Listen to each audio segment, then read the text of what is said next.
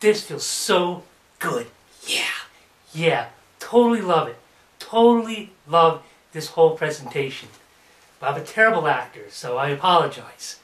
Anyway, this feels so good.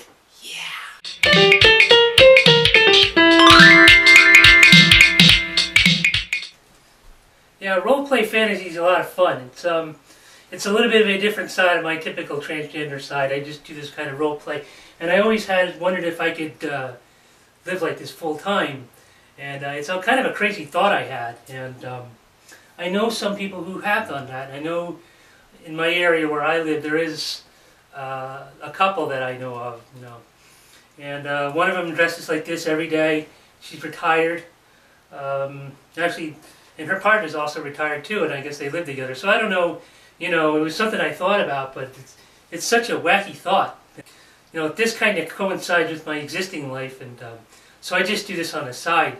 But typically I have a feminine side, and I like to go out, dress female and femme, and so it's just kind of, it's just about trying to manage both sides. So this is my fetish roleplay side. So here's one of my favorite outfits. It's kind of a little fluffy number I got. It's kind of a, like a 1950s style or Shirley Temple style. It's really cool. It's got, and got the petticoats underneath it and the whole round. Every girl should have a pair of ruffly panties like these. So I didn't know how I got into this stuff in the first place, but I assume when my dad had a children's clothing store when I grew up as a kid, and the parents that would come in and buy them for their girls, trying to make their girls look really cute and everything, and it was just so ruffly and pink and everything, and I always wanted a piece of that. And I can remember growing up as a kid, seeing girls, just the way they dressed up and everything, and I just thought that was, I wanted to be a part of that, but I had really no way of expressing that side. And he had all these clothes, like all these girls' clothes, just like these kinds of dresses and stuff, and I always had a curiosity for them, and I just could never really understand why I took so much fascination to it. And I was probably maybe about 5 or 6 or 7 at the time. Like the neighborhood kids would play, and the boys and the girls. And it's not that I had a problem with the boys, but I was fascinated with what the girls were doing. And I think their attitude was like, get the heck out of here, we don't want you.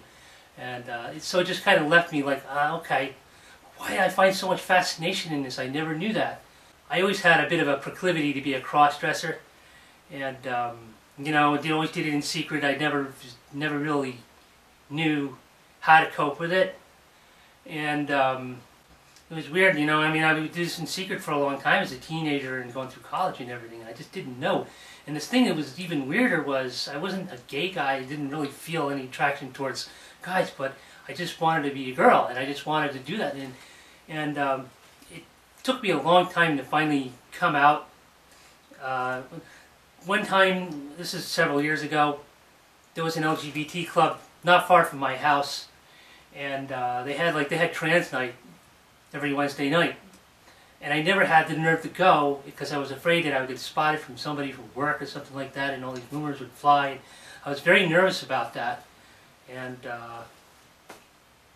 so I never went, and I totally regretted it, and it took me several years beyond that. Once the stock market crashed of '08, and I just said, look, and I just started, and I saw these dresses on the internet. I was like, I want it so badly. And I've begun to realize that in the process there's really two sides of me. There's the, the fetish side, which is the girly side and everything like that. And then there's like my female side, which I go out in public. Like, typically dressed like every other woman. I can't believe I'm doing it.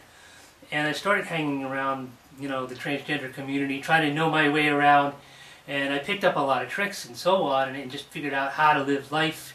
Because I never saw a transgender person in my life. You always see this stuff on the internet, but out in the open.